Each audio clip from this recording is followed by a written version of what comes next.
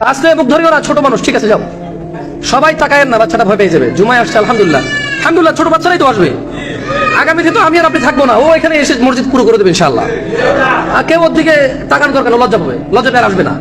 ওর বাপের দিকেও কেউ তাকায় না, কারণ ওই ওই বাপও লজ্জা পেয়ে আর পরবর্তী জুমা নিয়ে আসবে না। আমি ওই বাবাকে সাধুবাদ জানাই যে বাবা তার এই বাচ্চাকে জুমায় নিয়ে আসছে।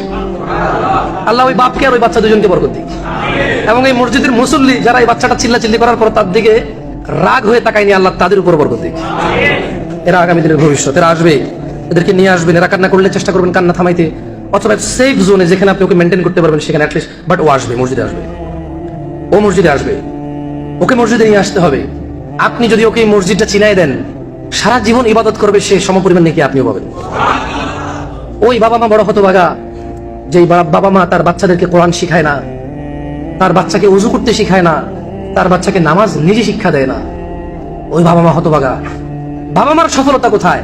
বাচ্চাটাকে যদি ওযু শিখায়, নামাজ শিখায়, কোরআন শিখায়, বাচ্চাটা 60-70 বছর আল্লাহর দেওয়া নিয়ামত যতদিন এই পৃথিবীতে বেঁচে থাকে, এই যা কিছু ফান্ডামেন্টাল বাপ মা থেকে শিখছে, এই বাচ্চা যদি এই ফাউন্ডেশনের উপরে বেস করে যদি পড়াশোনা করে শিখে, এই বাচ্চা যা পড়বে সুবহানাল্লাহ, বাপ মায়ের উপরও নেকি আসবে। মানুষ দুনিয়ার বিজনেসটা ভালো বোঝে কোনটাতে লাভ, আখিরাতের বিজনেসটাকে বুঝতে চায় না। আল্লাহ আমাদেরকে বোঝার তৌফিক দান করুন।